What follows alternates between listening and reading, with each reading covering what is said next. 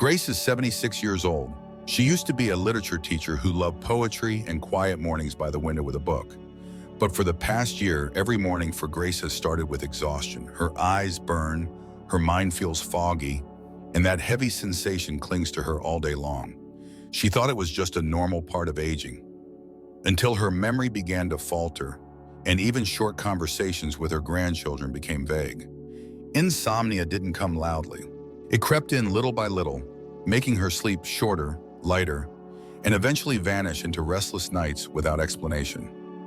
Grace shared that some nights she would lie awake until 3 a.m., only to find that once dawn broke, her body no longer wanted to leave the bed. She thought about using sleeping pills, but her instincts told her that wasn't the answer. Then one day during a conversation with her youngest daughter, a nurse, she was advised to tend to her sleep the way one tends a garden. "Mom, if you don't get enough sleep, every function in your body will decline. Not just your memory, but also your immune system, heart, and even your mood." That sentence woke her up. The truth is, after 60, getting a good night's sleep isn't simple. The body no longer produces enough melatonin, a natural hormone that helps regulate the circadian rhythm and usher the body into deep rest.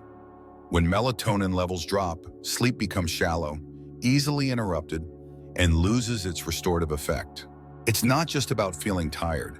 Insomnia is a silent trigger for a range of issues such as high blood pressure, diabetes, depression, and memory loss. Studies show that older adults who consistently sleep fewer than 6 hours a night are at higher risk for cardiovascular diseases and cognitive decline. Grace decided to try a different approach. She didn't take pills. Instead, she chose to return to her body's natural rhythms. She began turning off the lights earlier, avoiding her phone after 9 p.m. She replaced the bulbs in her bedroom with soft, warm lights, played instrumental piano music, and each night drank a warm cup of chamomile tea. She also began keeping a gratitude journal, each night writing down 3 things she was thankful for that day. Sometimes it was as simple as the sunlight in the kitchen at noon, or the sound of birds in the maple tree behind the house. These little things calmed her mind, and sleep came more easily. After 3 weeks, Grace started getting a full 7 hours of sleep each night. She no longer woke up in the middle of the night. In the morning, she woke up feeling light and refreshed. She could make coffee, open a book, and smile at herself in the mirror again, something she once thought was lost forever. You see, sleep isn't just about rest. It's the time when the brain consolidates memory, the immune system generates new cells, and the body repairs micro-damages from the day.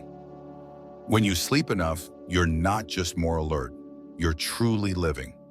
If you're in a situation like Grace, tossing and turning at night, waking up exhausted, or feeling emotionally low for no clear reason, maybe it's time to re-examine your sleep habits. Start by creating a calming sleep environment. Soft lighting, cool temperature, comfortable bedding. Avoid electronic devices for at least an hour before bedtime. Instead, try reading, light meditation, or gentle music. Don't underestimate the importance of going to bed and waking up at the same time every day, even on weekends. Your body needs a consistent schedule to maintain its biological clock. And don't forget the morning sunlight. Getting natural light within an hour of waking helps reset your internal clock, making it easier to fall asleep at night. You don't need to change everything at once. Just a soothing cup of tea, a soft melody, a warm night lamp. These small things, little by little, can lead you back to the restful sleep you deserve. Grace often tells her friends, "I thought I was aging faster than I should. Turns out I was just sleep deprived." Restoring sleep can bring you back to life, a life that is whole, awake, and filled with love. If you've experienced what Grace went through, leave a number 1 to let me know you're here. And remember, all big changes begin with small, steady steps, like sleep, each and every night. Thomas used to be a man full of energy. He lived with his wife in a small house in Oregon, where summers bloomed with lavender and winters settled gently with mist, veiling the valley. After retirement, life slowed down. Mornings spent reading the newspaper, afternoons lounging in his armchair watching TV, and evenings stretching late into old favorite films. Nothing seemed concerning. He could still move around, chatted cheerfully with his wife and neighbors, but then small signs began to appear.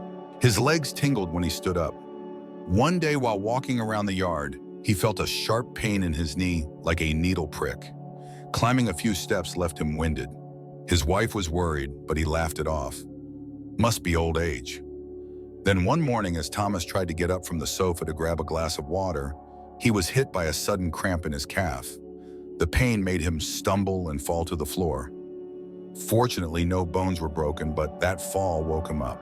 Lying on the floor, staring at the ceiling, he whispered to himself, "This body has been sending signals, and I've ignored them for too long." Thomas decided to investigate the cause. He discovered something simple, yet alarming. Sitting too long each day, with too little movement, was silently destroying his health. Did you know? After 60, every hour of sedentary sitting can reduce blood flow to the heart, accelerating muscle loss.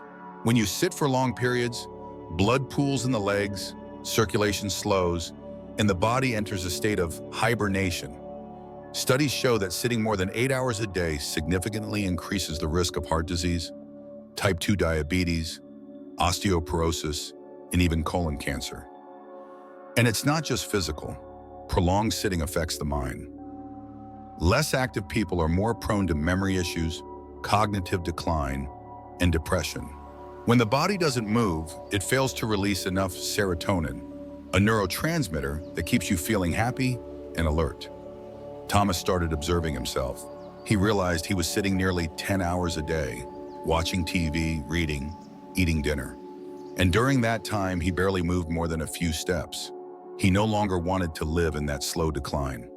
He chose to change, not by hitting the gym or buying expensive equipment, but by starting small. He set a timer to remind himself to stand up every 30 minutes. During commercial breaks on TV, he would walk a few laps around the chair. He began taking morning walks in the garden, just 5 minutes to start. After a week, it became 10. After a month, he and his wife walked together every afternoon to the nearby post office, hand in hand like they used to. When you change your sedentary habits, the body begins to wake up. Circulation improves. Muscles re-engage. Digestion works better.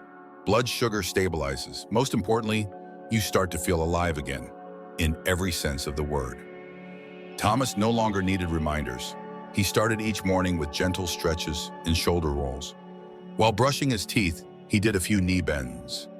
When watching the evening news, he stood up during every segment break and paced the room. These seemingly simple acts were his powerful statement. I refuse to accept decline. 3 months after his fall, Thomas went to the supermarket on his own. No cane needed. The cashier recognized him and asked in surprise, "Your leg's better now?" Thomas smiled. I didn't wait for it to get better. I trained it to be stronger. You see, no one's asking you to run a marathon or attend a fitness class. Just stand up every 30 minutes for a few minutes. Every time you sit, set an intention to rise deliberately, not only when your body struggles to push itself up. When you move, you're not just extending your life, you're enhancing its quality. If you're watching this video and realize you've been sitting too long each day, don't blame yourself. Instead, try standing up right now. Take a few steps around the room, stretch, feel your body, then come back and leave a number 2 in the comments to let me know you've started your change. Because only when you move do you truly live.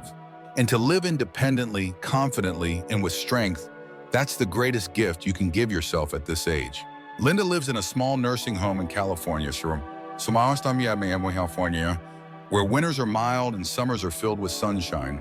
But her room sits in a shadowed corner with a window facing a cold concrete wall. The room is always dim, lit mainly by fluorescent lights, and each day passes in the same way, repetitive, slow, and silent. At 72, Linda isn't seriously ill, but her body feels constantly sluggish. Her mind is foggy, her limbs perpetually tired, her sleep is restless, and she no longer feels hunger or any excitement about meals.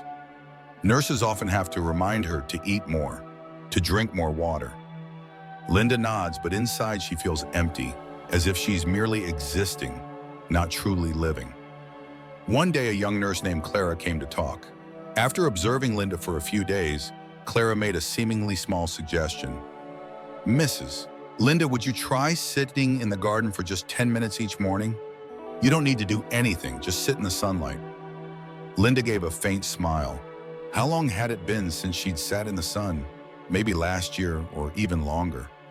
She once loved flowers, sunlight, the sound of birds, but all of that had been buried beneath layers of fatigue and gloom. The next morning, Clara wheeled her out to the small garden behind the nursing home. On a wooden bench, Linda sat quietly. The gentle morning sun touched her wrinkled skin, still sensitive to the familiar warmth. A sparrow landed on the steps. In the distance, the sound of a sprinkler. And then, an old scent returned, the fragrance of white jasmine, the same kind she used to grow on the porch of her old home with her husband. She didn't speak. She simply closed her eyes, letting the morning light soak into her hands. From that day on, Linda went to the garden every morning just for 15 minutes. No books, no conversations. She sat there, letting her body absorb what she hadn't even realized she'd been missing so deeply: natural sunlight. After a week, Linda began to sleep better. She woke up less during the night. After 2 weeks, she felt hungry at lunchtime. And after 3 weeks, she started chatting again with the elderly neighbors on her floor, something she hadn't felt like doing in ages. Did you know that sunlight is more than just light? It's one of the most powerful free medicines nature has given us, especially after age 60. Morning light, especially in the early hours, helps the body produce vitamin D, an essential nutrient for strong bones, a stable immune system, and a positive mood. Sadly, many older adults today hardly go outside, making morning sunlight feel like a luxury. When your body lacks vitamin D, you may experience muscle weakness, joint pain, memory decline, frequent illnesses, and an overall sense of sadness. Many believe they are suffering from elderly depression, when in fact they are simply not getting enough natural light, a cause so simple it's almost shocking. Linda shared that after a month of her morning sun routine, she felt recharged every day. It didn't take much, just 15 minutes outdoors, a bench, and consistency. And no, you don't need to go to a park or a gym. Just open your balcony door, stand by a window, or sit outside your front porch. The important part isn't where you are, it's whether you're letting your body soak in real sunlight instead of artificial light. If you think you don't have time, or that it's too hot, remember, just 10 to 15 minutes is enough. The best time is between 7 and 9 a.m., when the sunlight is gentle and not too harsh. Just expose your hands, face the light, and allow your mind to pause. Linda said, "The sunlight helped me remember who I used to be." It wasn't just the light outside. It was the light within, one that had been forgotten as she withdrew into the shadows of age, illness, and loneliness. Are you lacking sunlight? Is your body calling for a little warmth from the sun? Try stepping outside tomorrow morning. No goal, no reason. Just to let the sun touch your skin and remind you that you are still alive and still have the right to choose how you live. If you're watching this and realize you haven't been outside in a few days, leave a number 3 in the comments. I want to know that you're ready to step out of the shadows, to begin a new cycle, one of energy, renewal, and hope. The one autumn morning, Richard, a 78-year-old man who had spent over 30 years as a truck driver, tried to stand up from his living room sofa. No one else was home. His wife had gone shopping and the house was silent, save for the ticking of a clock. But when he pushed himself up, his knees buckled, one leg trembled, and he fell. Luckily, it was a minor fall.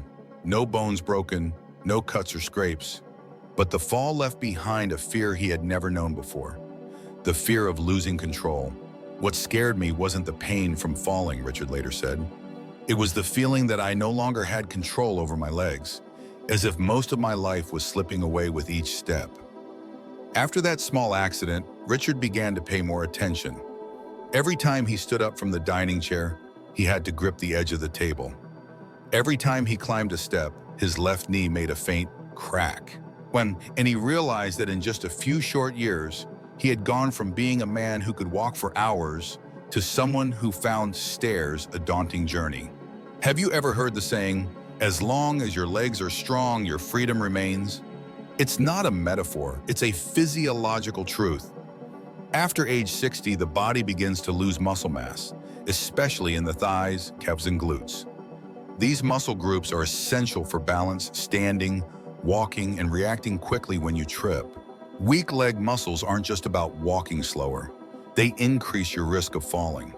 They mean you might not be able to get up after slipping. They mean you may begin needing help just to walk, and slowly you lose the freedom to walk out of your own front door unassisted. Richard refused to accept that. Right after the fall, he decided to rebuild his legs, not with a gym membership, but by mastering the simplest movements. He started with standing up and sitting down 5 times each morning, holding lightly onto the arm of a chair. He didn't rush. Every movement was slow but firm. The first week, his thighs ached. The second week, he managed 10 repetitions each morning. By the third week, he no longer needed to hold on. After a month, Richard could walk up and down the backyard steps, the same steps he used to avoid.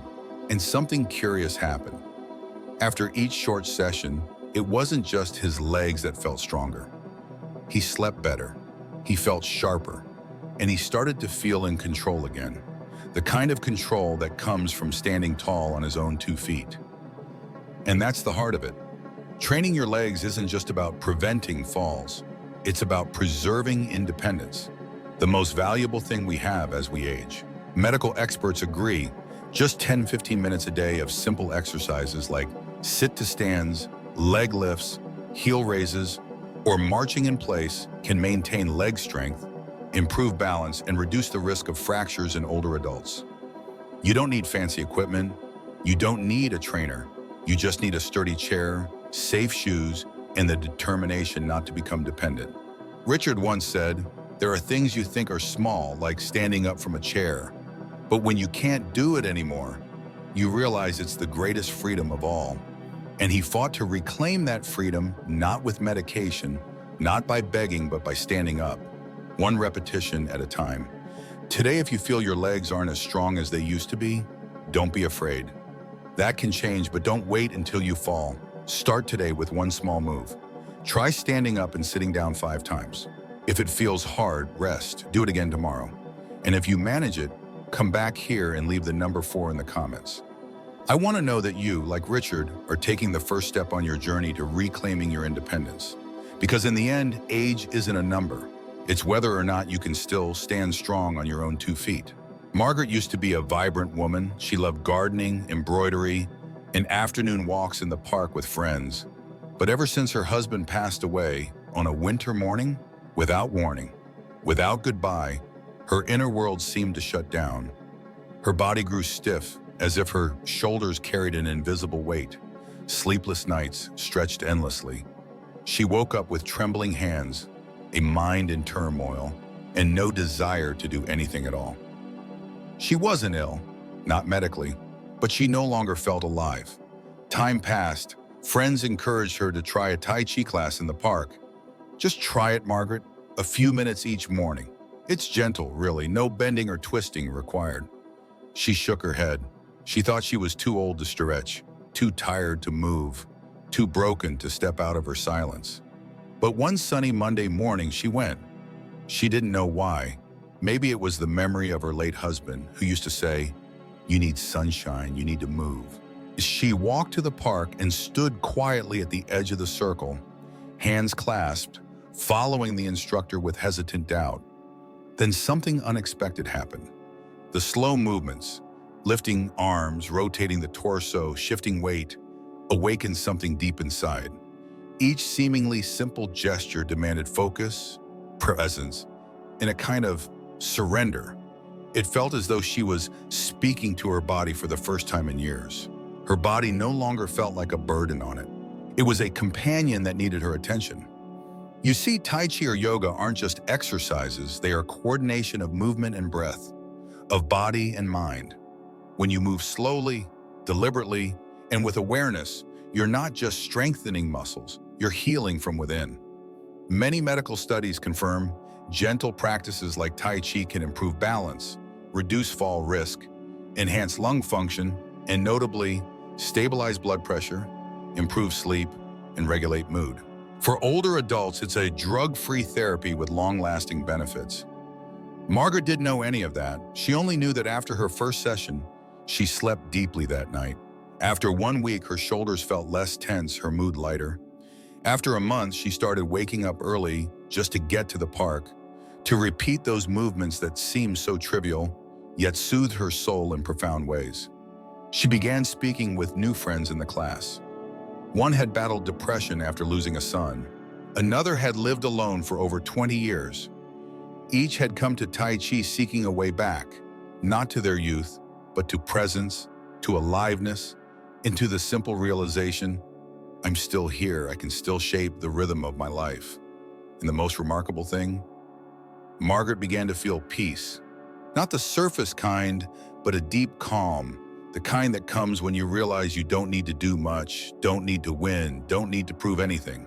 You just need to breathe and listen to yourself in each gentle step. You may think you're too old for yoga, that these slow movements won't help your aging joints. But look at Margaret, 81 years old, once plagued by chronic shoulder pain, now able to twist, reach, and smile softly as if those long, cold nights never lived in her bones. You don't need to bend backward or stand on your head. You just need to take one step outside the circle of fear and just try something new, something gentle, something that might help you rediscover yourself. If you've woken up feeling weary, if your body feels like a cocoon you can't break free from, try moving. Find a Tai Chi video or a yoga session for seniors. Sit in a chair if needed. Just breathe slowly, lift your hands, lower them again, with awareness, with gratitude for the body you still live in.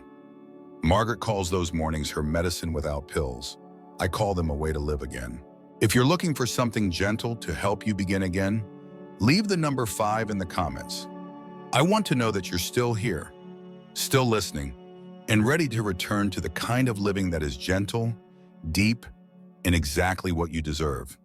Together, we've just explored 5 small habits, yet each holds the power to bring about remarkable change after the age of 60. Getting enough sleep to restore memory, heal the body, and bring peace to the mind. Avoiding prolonged sitting to keep life flowing through every step and heartbeat. Soaking in sunlight is a free source of natural energy that nourishes both bones and spirit. Strengthening the legs to protect your independence and freedom within your own home. And lastly, practicing yoga or Tai Chi, gentle, deliberate movements that soften the body and soothe the soul. None of these require money, fancy equipment, or hours of your time. All they ask for is one thing, your decision to begin. Maybe you're not ready to do them all, but choose one, just one, to start today. Wake up 15 minutes earlier. Open the window to let the morning light in. Stand up and sit down 5 times. Take a deep breath, raise your arms, and feel the rhythm of life in each movement. If something in this video touches your heart, leave a comment below. Tell me your age. What made you reflect? And where will you begin? Because at any age, we all deserve to live a life that is healthy, mindful, and meaningful. Not to go back to who we once were, but to live fully in the present in the best way we can. If you found this video helpful, don't hesitate to share it with someone you care about. Who knows, maybe one gentle share may help someone find their way back to themselves. Thank you for staying until the very end. See you in the next chapter of our journey, where we'll continue learning how to live with with health and with deep purpose in our later years.